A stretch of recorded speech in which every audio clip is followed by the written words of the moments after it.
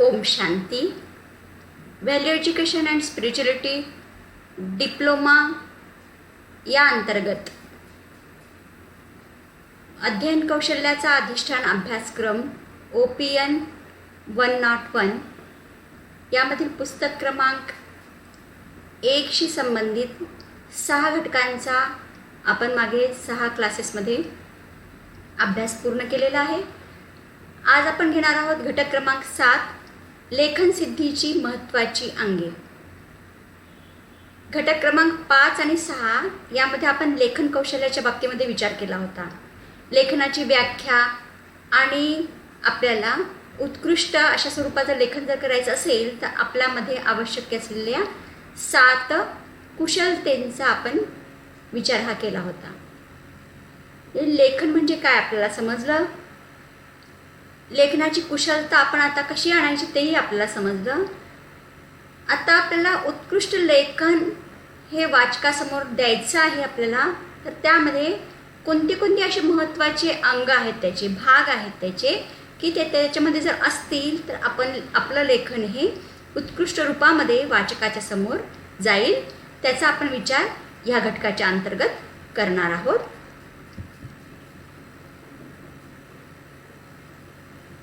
जेव्हा आपण आपल्याला ऐकलेल्या किंवा वाचलेल्या गोष्टी जेव्हा माझ्यासमोर असतात आणि आपल्याला प्रत्यक्ष लेखन हे करायचं असेल, जेव्हा हे प्रत्यक्ष लेखन आपण करतो तर असे कोणते कोणते घटक आहेत त्याचा आपल्याला आवर्जून त्यांचा विचार हा करणे गरजेचं आहे.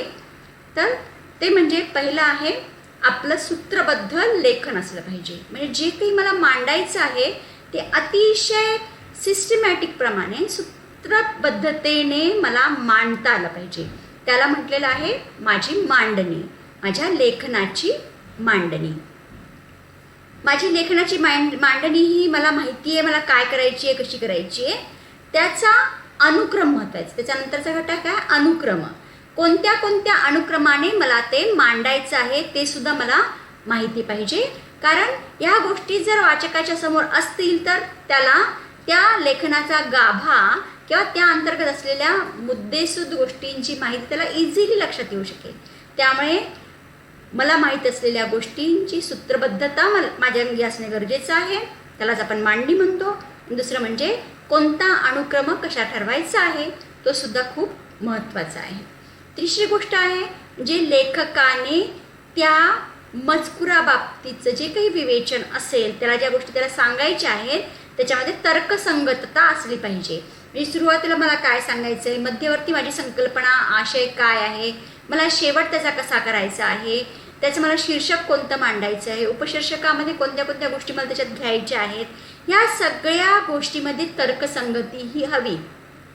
किंवा पहिल्यांदा आपण एक गोष्ट सांगतोय, मध्येच तिसरी गोष्ट घेतोय, शेवट वेगळ्या दृष्टीने करतोय, त्याला शीर्षक नाही आहे, उपशीर्षक नाही, काही नाही आहे, अशी जर मांडणी असेल तर त्याच्यामध्ये तर्कसंगतताही असणार नाही. त्यामुळे तर्कसंगत विवेचन सुद्धा खूप आवश्यक आहे. चौथी गोष्ट म्हणजे भाषाविष्काराला महत्त्व. मी ज्या गोष्टी मांडते आहे त्याला मी इंटरप्रिट करते आहे, त्या गोष्टी मांडत असताना मी कोणत्या कोणत्या आशयांचा, कोणत्या कोणत्या मुद्द्याचा, कोणत्या तर्कवितर्कांचा विचार करून, सगळ्यांचा विचार करून मी त्या गोष्टी मांडलेल्या आहे त्या भाषा आविष्कारामध्ये येतात. ह्या सगळ्या गोष्टींचा आपण पुढे विचार करणार आहोत वेगवेगळ्या भागांमध्ये विस्तृत रीतीने. आणि पाचवी गोष्ट आहे लेखन सिद्धीतली, ती म्हणजे निर्दोष लेखन जर मला व्हायचं असेल माझं, तर मला माझ्याच लेखनातले गुण आणि दोष पाहता आले पाहिजे. त्याला म्हटलेलं समीक्षा. नाही तर प्रत्येकाला वाटतं मी खूप छान लिहिलेलं आहे किंवा माझं लेखन खूप छान आहे, असं नसतं. त्याच्यामध्ये गुण कोणते आहेत, चांगल्या गोष्टी कोणत्या आहेत आणि अशा कोणत्या वाईट गोष्टी माझ्या लेखनामधून निघतात जे माझ्या लेखनाचं महत्त्व हे कमी करतात. त्यामुळे मांडणी, माझी लेखनाची मांडणी ही सूत्रबद्ध असली पाहिजे. त्याच्यामध्ये अनुक्रम हा जसा हवा तसा असला पाहिजे. तर्कसंगती असली पाहिजे. त्याच्यामध्ये भाषाविष्कार मी कसा वापरलेला आहे तो सुद्धा खूप महत्त्वाचा आहे. आणि माझं लेखन हे निर्दोष असलं पाहिजे. ह्या सगळ्याचं विस्तृत विवेचन आपण आज घेणार आहोत. या वेगवेगळ्या लेखन सिद्धीतील अंगांचा आपण विचार का केला पाहिजे, कारण बागेच आपण बघितलं मागच्या घटकामध्ये की ह्या सगळ्या गोष्टी आपण एक विशिष्ट लिपिबद्ध रीतीने मांडू शकतो, आपल्याजवळ तयार ठेवू शकतो, ज्याचा आपल्याला मागे पुढे त्याचा आपल्याला वापर हा करायला होतो. त्यामुळे तोंडीपेक्षा म्हणजे एखादी गोष्ट आपण ओरली सांगतोय, तोंडी सांगतोय, त्यापेक्षा अशा रीतीने जर आपण सूत्रबद्ध रीतीने त्या गोष्टी जर आपण मांडल्या तर ते खूप सगळ्यांच्या फायद्यासाठी ठरू शकेल. त्यामुळे माझं लेखन कसं आहे, त्याच्यामध्ये कोणत्या कोणत्या गोष्टी स्थूल रीतीने सूक्ष्म रीतीने मांडलेल्या आहेत त्या मला समजणं गरजेचं आहे. त्यामुळे अशा रीतीने जर मी या सगळ्या वेगवेगळ्या अंगांचा जर आपण मी विचार केला तर निश्चितच माझं लेखन हे उत्कृष्ट होऊ शकेल. तसंच ही जी वेगवेगळी मांडणी आपण अंगे ह्या ठिकाणी सांगितली, आपण सिद्धींची अंगे ती सांगितली आहे, त्याच्यामध्ये एक सुव्यवस्थितपणा आपल्या लेखनामधून दिसू शकतो.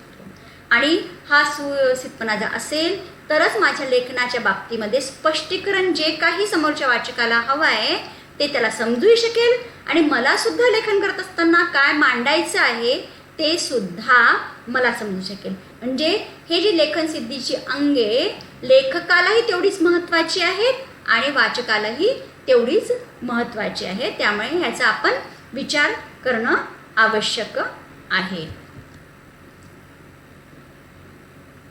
ह्या अंगांच्या अंतर्गत आपण आता मागे बघितलं प्रयोजनामध्ये, इंट्रोडक्शनमध्ये, की मी जी मांडणी करते ती मांडणी माझं कोणत्या नियोजनाला समोर ठेवून करते. माझं एक वैशिष्ट्यपूर्ण नियोजन हवं आहे की मला माझी मांडणी अशा अशा रीतीनेच करायची आहे. ते सुद्धा नियोजन हे लेखकाला समजणं खूप गरजेचं आहे. त्या लेखकाला दुसरी एक गोष्ट माहिती असणं गरजेचं आहे, ते म्हणजे माझा आवाका किती आहे, मला त्याची व्याप्ती किती ठेवायची आहे, मला लेखन हे कोणत्या विषयाला समोर ठेवून करायचं आहे, त्याला मला थोडक्यातच मांडायचं आहे का विस्तृततेने मांडायचं आहे, समोरच्याला किती स्पष्टीकरण त्याला समजेल त्याला ठेवून मांडायचं आहे का थोडक्यामध्येच उथळ स्वरूपामध्ये मांडायचं आहे. म्हणजे माझ्या लेखनाचा आवाका मी किती ठेवायचा आहे हे लेखकाला माहिती असणं गरजेचं आहे. त्याचप्रमाणे त्यांनी त्याची रूपरेषा सुद्धा आखली पाहिजे. कोणत्या रूपात मांडायचे त्याची सुद्धा एक रूपरेषा त्याला माहिती असणं गरजेचं आहे. ही रूपरेषा महत्त्वाची असते लेखकासाठी आणि ती रूपरेषा किंवा ती माहिती कोणत्या रूपामध्ये मी त्या लेखनामध्ये मांडते, ते पुस्तक असेल किंवा एक छोटासा लेख असेल तर त्याचा अनुक्रम हा देणं खूप गरजेचं आहे. कारण अनुक्रम हा उपयोगी असतो वाचकासाठी आणि ह्या अनुक्रमाला बघितल्यानंतर त्या वाचकाला त्या लेखनामध्ये काय काय आहे ह्याची कल्पनाही येऊ शकते. त्यामुळे अनुक्रम हा वाचकासाठी असतो. त्यानंतर आहे तर्कसंगती. तर्कसंगतीमध्ये आताच आपण बघितलं की जे काही मांडल्या जाते लेखकाकडून त्यांच्यामध्ये आपापसामध्ये तर्कसंगती असणं गरजेचं आहे आणि कोणत्या कोणत्या आशयांना मुद्द्यांना समोर ठेवून तो मांडणी करणार आहे, कोणते कोणते संदर्भ घेऊन तो मांडणी करणार आहे ते संपूर्ण भाग येणार भाषा आविष्कारामध्ये. आणि त्या गोष्टीची समीक्षा करणं खूप महत्त्वाचं आहे की त्याच्यामध्ये काय गुण दोष आहेत ते आपल्याला ओळखणं गरजेचं आहे. जर दोष दिसत असतील तर ते आपण निश्चितच काढू शकतो. त्यामुळे एक साक्षीदृष्टा भाव ठेवून मी हे लेखन केलेलंच नाही आहे, कारण आपल्याला दुसऱ्यांचे दोष बघण्याची खूप सवय असते, गुण हे आपण कमी बघतो, पण हे आपणच लेखन हे आपण ॲज अ थर्ड पर्सन म्हणून आपल्याला करायचं आहे. त्याला म्हटलेलं आहे लेखन समीक्षा. आता आपण मांडणी कशी केली पाहिजे. माझ्यासमोर माझ्या विषयाचा मला कोणत्या बाबतीत लेखन करायचं आहे तो माझ्या विषयाचा रूपरेषा माझ्यासमोर तयार आहे, आराखडा माझा स्पष्ट आहे. तर वेगवेगळ्या पॉईंट्सच्या माध्यमाने मला ते मांडणी करता आली पाहिजे. मांडणीमध्ये आपल्याला पहिल्यांदा उदाहरणार्थ आपल्याला एखाद्या निबंध लिहायचा असेल तर त्या निबंधाबद्दलची आपण मांडणी कशी करतो की ह्याच्या बाबतीत सुरुवातीला आपल्याला प्रस्तावना द्यायची आहे, त्याचं महत्त्व द्यायचं आहे, त्याच्यानंतर त्याचं विस्तृत विवेचन द्यायचं आहे, नंतर त्याला आपल्याला ॲनालिसिस करायचं आहे, त्याच्या बाबतीत आपल्याला डिस्कशन करायचं आहे, नंतर आपण त्याला म्हणतो की त्याला इलॉबरेट करून आपल्याला ऑब्झर्वेशन किंवा कन्क्लुजन्स मांडायचे, त्याचे निष्कर्ष मांडायचे. असं जसं आपण एखाद्या गोष्टीसाठी रूपरेषा तयार करतो तसंच आपल्याला आपल्या लेखनाच्या बाबतीमध्ये रूपरेषा हा आपल्याला देता आला पाहिजे किंवा आपण दिला पाहिजे.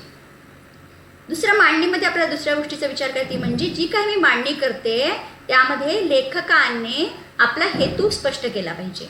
हेतू स्पष्ट करून मी कशासाठी मी हे लेखन करतोय ते स्पष्ट केलं पाहिजे आणि त्याच्यामध्ये मांडणी जी करते त्याच्यामध्ये मला तार्किक संगती मला राखता आली पाहिजे.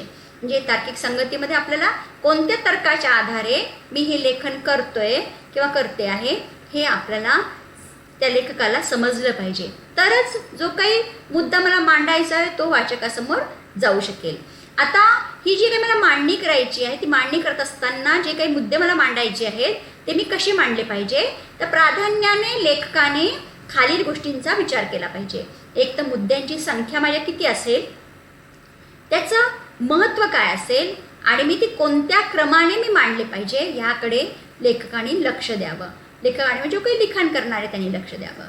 तर यामध्ये आपल्याला मुद्द्यांच्या संख्येमध्ये विचार करायचे आहे की जे काही मुद्दा मला मांडायचा आहे तो मुद्दा हा प्रमुख मुद्दा कोणता, प्रमुख मुद्द्यानंतर आपण जे काही त्याच्या अंतर्गत छोटे छोटे मुद्दे घेणार आहोत त्याच्यामध्ये आशय काय महत्त्वाचा आहे, मला काय मांडायचं. उदाहरणार्थ मला एखाद्या विषयावरती निबंध लिहायचा आहे, तर त्या निबंधाच्या अनुषंगाने त्याचं आपल्याला आधी इंट्रोडक्शन द्यावं लागेल. त्याच्यानंतर त्याच्यामध्ये कोणत्या कोणत्या गोष्टींना आपल्याला समावेश करायचा आहे त्याचा विचार करावा लागेल. नंतर एखादा मुद्दा मला असा वाटतोय की तो संदिग्ध आहे, लवकर आपण त्याचं विश्लेषण एवढ्या सहजतेने सांगू शकणार नाहीत, त्या संदिग्ध मुद्द्यांना वेगळं ठेवता आलं पाहिजे. त्या मुद्द्यांचे काही असे मुद्दे आहेत जे माझा विषय अधिक स्पष्ट करणारे आहेत, असे विरुद्ध मुद्द्यांचा सुद्धा मला त्या अंतर्गत विचार करावा लागेल. एखादा मुद्दा असा आहे जो व्यक्तिसापेक्ष आहे, त्या व्यक्तीच्या परत्वे असा वेगळा आहे जो मला जास्ती वेगळ्या रीतीने मांडावा असं वाटतोय, तर अशा व्यक्तिसापेक्ष, कालसापेक्ष ह्या सगळ्या मुद्द्यांना आपल्याला वेगवेगळ्या रीतीने मांडायचं आहे. ह्यासाठी यशवंतराव चव्हाण मुक्त विद्यापीठाच्या अंतर्गत जे हे वेगवेगळे कौशल्यामध्ये कल्पनास्फोट आणि प्रविव्याव्यायी तंत्र म्हणून एक दिलेलं आहे. त्याच्यामध्ये याच गोष्टींचा विचार केलेला आहे की ह्याच्या सहाय्याने ते मुद्दे आपल्याला शोधायचे आहेत. उदाहरण मी आता तुम्हाला जे सांगितलं आहे, आशयानुसार वेगळं करायचं आहे, एकमेकात समाविष्ट असतील तर त्यांना आपल्याला वेगवेगळ्या रीतीने मांडायचं आहे, संदिग्ध मुद्द्यांना वेगळं करायचं आहे, त्याच्या विरुद्ध असे काही मुद्दे आहेत जे स्पष्टीकरण जास्ती चांगल्या रीतीने देणार आहेत त्यांना वेगळं करायचं आहे. व्यक्तिसापेक्ष, कालसापेक्ष गोष्टींना समोर ठेवून आपल्याला मुद्द्यांची संख्या ही निश्चित करायची आहे. दुसरा, जी काही मी मुद्दे काढलेले आहेत त्या मुद्द्यांमध्ये कोणत्या मुद्द्याला मला अग्रक्रम आधी द्यायचा आहे, म्हणजे पहिल्यांदा मला कोणता मुद्दा स्पष्ट करायचा आहे, त्याच्यानंतर दुय्यम कोणता मुद्दा आहे जो त्याच्या खाली आपल्याला त्याचं स्पष्टीकरण द्यायचं आहे, आणि सगळ्यात कमी महत्त्व असलेला मुद्दा कोणता आहे ते आपल्याला लेखकाला ठरवावं लागेल. कारण कसं आहे, वाचक हा जो विषय त्या ठिकाणी दिला असेल त्याच्याकडे त्याचं कॉन्सन्ट्रेशन हे जास्ती असतं, त्यामुळे तो मुद्दा त्यांनी आधी मांडला पाहिजे, त्याच्यानंतर कमी महत्त्वाचा मुद्दा आणि तिसरा मुद्दा हा सगळ्यात कमी इम्पॉर्टन्स असलेला, असा आपल्याला त्याला क्रम देऊन आपल्याला महत्त्वाला समोर ठेवून आपल्याला त्यांचा अग्रक्रम हा ठरवायचा असतो. आणि तिसरी बाब आहे ह्या मांडणीच्या अंतर्गत, ते म्हणजे मला क्रम कसा द्यायचा आहे, म्हणजे मला जे काही विश्लेषण द्यायचं ते विश्लेषण करत असताना मी ते विश्लेषण कशा रीतीने मांडलं पाहिजे. तर उदाहरण त्यांनी सांगितलं अंधारातून उजेडाकडे, म्हणजे मला एखादी गोष्ट मांडायची असेल तर त्याचं थोडंसं बेसिक ज्या गोष्टी असतील त्या मला आधी सांगता आल्या पाहिजे, आणि त्याच्यानंतर मग मला जो विषय मांडायचा आहे त्याचं विश्लेषण मी केलं पाहिजे. किंवा व्यापकतेकडून सूक्ष्मतेकडे, म्हणजे ढोबळ मानाने तो विषय मला आधी मांडता आला पाहिजे. आणि उदाहरणार्थ आपण घेऊया, एखादा निबंध असेल, एखाद्या प्राण्यांवरचा निबंध असेल, तर मग प्राणी जे आहे, प्राणी कसा असतो, काय असतो, सर्वसाधारण प्राण्यांचं वर्गीकरण कसं केलं आहे, काय केलं आहे, हा व्यापक भाग झाला. नंतर ज्या काही प्राण्यांबद्दल आपल्याला विश्लेषण करायचं आहे निबंधामध्ये त्या प्राण्याचे डिटेल्स आपल्याला त्याच्यामध्ये घेता येतील. असं व्यापकतेकडून सूक्ष्मतेकडे, अंधारातून उजेडाकडे किंवा प्रश्नाकडून उत्तरेकडे, म्हणजे मला माझ्या मांडणीमध्ये जो काही अग्रेसर भाग आहे त्या भागाला मला आधी प्रश्नाच्या रूपामध्ये पाहायचं आहे. हे का, कसं, ते आधी प्रश्नाच्या रूपामध्ये पाहून मग त्याच्या अनुषंगाने आपल्याला उत्तरं शोधायची आहेत किंवा त्यामध्ये मांडायची आहेत.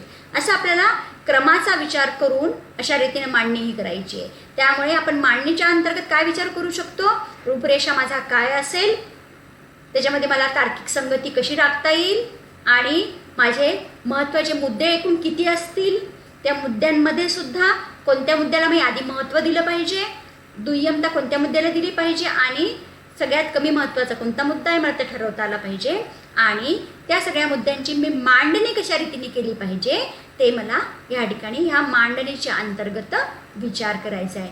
हे एक लेखन सिद्धीचं अंग अतिशय खूप महत्त्वाचं आहे, जो माझ्या लेखनाला पहिल्यांदा प्रारूप देण्यामध्ये म्हणजे लेखनाची मांडणी करण्यासाठी खूप महत्त्वाचा रोल प्ले करत असतो. दुसरा आहे अनुक्रम. अनुक्रम म्हणजे कंटेंट्स किंवा आपण म्हणतो ना इंडेक्स. तर यामध्ये अनुक्रमाचं महत्त्व काय आहे, तर मला मी काही जी मांडणी करणार आहे त्या मांडणी म्हणजेच अनुक्रमाचा कच्चा मनातील आराखडा. मला काय काय मांडायचं आहे ते म्हणजे मांडणी. तर अनुक्रम म्हणजे काय, मी काय जे मांडणार आहे ते थोडक्यामध्ये मी लिहिलेलं असणं. म्हणजे मांडणीमध्ये कोणत्या कोणत्या गोष्टी येत आहेत, त्या रिटर्नमध्ये शॉर्टमध्ये आपण जे देतो ना त्याला म्हटलेलं आहे अनुक्रम. या अनुक्रम जो काही देणार आहे, लेखक जो देणार आहे तो काय दाखवतो आपल्याला, तर तो लेखकाचा अभ्यास. अनुक्रमातूनच लक्षात येतं आपल्याला की लेखकाला काय काय म्हणायचं आहे. तर लेखकाचा अभ्यास कसा आहे, त्याची भाषा कशी आहे, त्याची तयारी कशी आहे ही गोष्ट मांडण्यासाठी, त्याच्यामध्ये कोणते वेगवेगळे असे मुद्दे आलेले आहेत, हे सगळ्या गोष्टी आपला अनुक्रम आपल्याला दाखवत असतो. त्यामुळे अनुक्रमातून आपल्याला पूर्ण त्या लेखकाला काय म्हणायचे ते समजून येत असतं. त्यामुळे अनुक्रम हा जर तपशीलवार असेल, तपशीलवार म्हणजे एकानंतर एक जे योग्य रीतीने असेल तर तो त्या लेखकाच्या लिखाणाची सत्यता किंवा स्पष्टता दाखवतो. त्याला काय स्पष्ट म्हणायचं आहे, त्याच्यामधून त्याला तो काय क्लिअर करू इच्छितो तो लेखक, ह्या सगळ्या गोष्टी आपल्याला अनुक्रमातून लक्षात येत असतात. आणि त्याचप्रमाणे अनुक्रमाची सुरुवात आणि अनुक्रमाचा शेवट हे आपल्याला ते लेखन हे पूर्ण आहे की नाही हे दाखवतं. उदाहरणार्थ एखादा मी निबंध लिहायला सुरुवात केली किंवा एखादा मला थिसिस लिहायचं आहे, तर माझं एम काय, माझा उद्देश काय आहे ती गोष्ट लिहिण्याचा, तेच नसेल त्या थिसिस किंवा तो जो प्रबंध असेल त्याचं इंट्रोडक्शनच त्या ठिकाणी नसेल किंवा जो काही निष्कर्ष मला अभिप्रेत आहे तो निष्कर्ष जर त्या इंडेक्समध्ये नसेल तर तो त्या लेखनाची परिपूर्णता दाखवत नाही. त्यामुळे अनुक्रमातून आपल्याला त्या लेखकाला सुरुवात कशापासून करायची आहे आणि शेवट कशापासून करायचा आहे, या शेवट कशाने करायचा आहे हे स्पष्टच आपल्याला समजायचं असेल तर ते समजतं आपल्याला त्या लेखकाने दिलेल्या अनुक्रमामधून. त्यामुळे अनुक्रम म्हणजे मांडणी जी काही मी दिलेली आहे त्या मांडणीचं दृश्य किंवा संक्षिप्त रूप. तिसऱ्या सिद्धी लेखन सिद्धीचं अंग दिलेलं आहे ते म्हणजे तर्कसंगती. तर्कसंगती आपल्याला कशावरून समजते, तर मी जी काही मांडणी केलेली आहे आणि जे काही मी इंडेक्स किंवा अनुक्रम मी जो दिलेला आहे त्या दोघांमधून आपल्याला तर्कसंगती ही दिसून येतं. कारण ज्या आधारावरती, ज्या अनुमानावरती, ज्या तर्कावरती मी सगळं लिहिलेलं आहे ते समोरच्या व्यक्तीला, वाचकाला हे पटलंच पाहिजे आणि मला सुद्धा स्पष्ट असलं पाहिजे की मला काय म्हणायचं आहे, कशाच्या आधारावर म्हणायचं आहे. त्यामुळे जेव्हा आपण ह्या सगळ्या माझ्या लेखनाच्या संबंधित गोष्टी जेव्हा मी प्रॉपरली संगतवार सांगेन की मी हे लेखनाच्या अनुषंगाने करते किंवा हे त्याचे संदर्भ आहेत, मला ह्या गोष्टीतून हे सगळं मांडायचं आहे, हे जेव्हा मी इझिली त्याला ॲनालिसिस करून संगतवार रीतीने मी जेव्हा सांगू शकेन लेखनाच्या माध्यमाने, तेव्हाच माझी तर्कसंगती ही प्रॉपर असेल. नाहीतर मला काहीच माहिती नाही, सुरुवातीला एक गोष्ट मी लिहिते, नंतर मध्येच दुसरी गोष्ट टाकते लेखनामध्ये, नंतर शेवट त्याचा वेगळाच करते, असं जर पुढील भागाचा मागच्याशी काहीतरी संबंध हे मला दिसत नाही आहे तर माझं तर्कसंगती ही योग्य नाही आहे. त्यामुळे मांडणीमध्ये, अनुक्रमामध्ये मी काही ज्या गोष्टी मांडलेल्या आहेत त्या सगळ्या गोष्टी मी थोड्याशा विश्लेषणाने, मी वेगवेगळ्या अनुमानाच्या आधारे, साधाराच्या आधारे लोकांना पटवून देते माझं लेखन, तर माझी तर्कसंगती ही उत्कृष्ट आहे हे आपल्याला लक्षात येऊ शकेल. अजून एक सिद्धीचा अंग ते म्हणजे भाषा आविष्कार. म्हणजे एखादी गोष्ट, एखादा आशय मला मांडायचा आहे तर तो मांडत असताना मी किती गोष्टीचा त्याला सपोर्ट म्हणून प्रयोग करते. उदाहरणार्थ एखादी गोष्ट मला मांडायची, जसं उद्या आपण निबंधाचा विचार करत होतो, तर त्या निबंधाच्या अनुषंगाने मी कोणते शब्द वापरते, त्या शब्दाला कोणत्या पर्यायांची मी निवड करते, कोणते वाक्यरचना मी त्या ठिकाणी घेते, कोणते संदर्भ घेते, कोणते दृष्टांत घेते आणि मी जो काही लेखन करते ते कोणासाठी करते, ह्या सगळ्या गोष्टींचा मी विचार करून जेव्हा मी लेखन करते तेव्हा त्याला म्हणतात भाषा आविष्कार. उदाहरणार्थ ह्याचं महत्त्व काय आहे उदाहरण पाहण्याच्या आधी आपण बघूया की माझा भाषा आविष्कार कसा आहे त्याचा परिणाम हा वाचकावर होत असतो. कारण मी ज्या पद्धतीने त्या गोष्टी मांडते त्या वाचकाला पटतायत की नाही, त्या वाचकाला ते भावतायत की नाही, मी जे लेखन केलेले ते त्याला समजतंय की नाही, ते वाचन केल्यानंतर चांगले विचारांना ते प्रवृत्त होत आहेत की नाही, किंवा ते तशा अनुषंगाने कृतिशील होत आहेत की नाही, हे खूप महत्त्वाचं आहे. त्यामुळे लेखकांनी ह्या गोष्टीचा खूप विचार केला पाहिजे की मी कोणत्या शब्दांचा, कोणत्या निवेदन पद्धतीचा, कोणत्या वाक्यरचनेचा, कोणत्या कोणत्या संदर्भांचा, कोणत्या कोणत्या दृष्टांतांचा वापर माझ्या लेखनासाठी करते आहे. कारण भाषाविष्कारावरतीच वाचक हा त्या गोष्टींना समोर ठेवून त्याला तो ग्रास करत असतो, आपल्यामध्ये घेत असतो. त्यामुळे लेखकाने ह्या सगळ्या परिणामांचा विचार करूनच, ह्या दृष्टीचा विचार करूनच लेखन हे केलं पाहिजे. कारण भाषाविष्कार जर तुमचा चांगला नसेल तर वाचक त्या गोष्टी घेऊ शकणार नाही. त्यामुळे आविष्कार करावायचा तो वाचकावर काही परिणाम व्हावा यासाठीच. त्यामुळे अशा वेगवेगळ्या गोष्टींचा आपल्याला ह्या ठिकाणी रेफरन्स ठेवून लेखन हे करता आलं पाहिजे. कारण लेखन म्हणजे आपण बघितलं होतं की जे काही मी लिहिते ते समोरच्या व्यक्तीच्या मनामध्ये किंवा त्याला ते अर्थपूर्णरित्या समजलं पाहिजे, त्यांनी त्याला चांगल्या रीतीने स्वतःसाठी अप्लाय करता आलं पाहिजे त्याला. तर त्याच्यासाठी म्हणून आपला भाषाविष्कारा ह्या लेखन सिद्धीच्या अंगाचा विचार आपण केला पाहिजे. भाषा मांडणी केली मी, मांडणीच्या अनुषंगाने अनुक्रमाचा मी विचार केला, भाषा आविष्काराचा मी विचार केला, ह्या सगळ्या गोष्टी करून मी माझं लेखन हे केलेलं आहे. आता हे लेखन माझं योग्य रीतीने झालेलं आहे की नाही, किंवा अतिशय उत्कृष्ट आहे का निकृष्ट प्रतीचं आहे, हे आपल्यालाच तपासायचं आहे. कारण वाचकाच्या समोर जाण्याच्या आधी आपल्यालाच आपल्या लेखनाची समीक्षाही करता आली पाहिजे. त्यामुळे आपणच आपल्या लेखनाची तपासणी करण्याची सवय आपण लावून घेतली पाहिजे. कारण दुसऱ्याने देण्याच्या आधी आपण त्याचं क्रॉस एक्झामिनेशन करणं आपण म्हणू शकतो. स्वतःलाच आपण आपल्याला त्याचा सेल्फ असेसमेंट आपल्याला त्याचा करता आलं पाहिजे.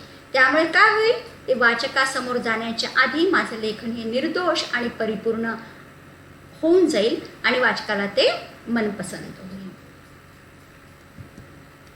अच्छा, अशा रीतीने आज आपण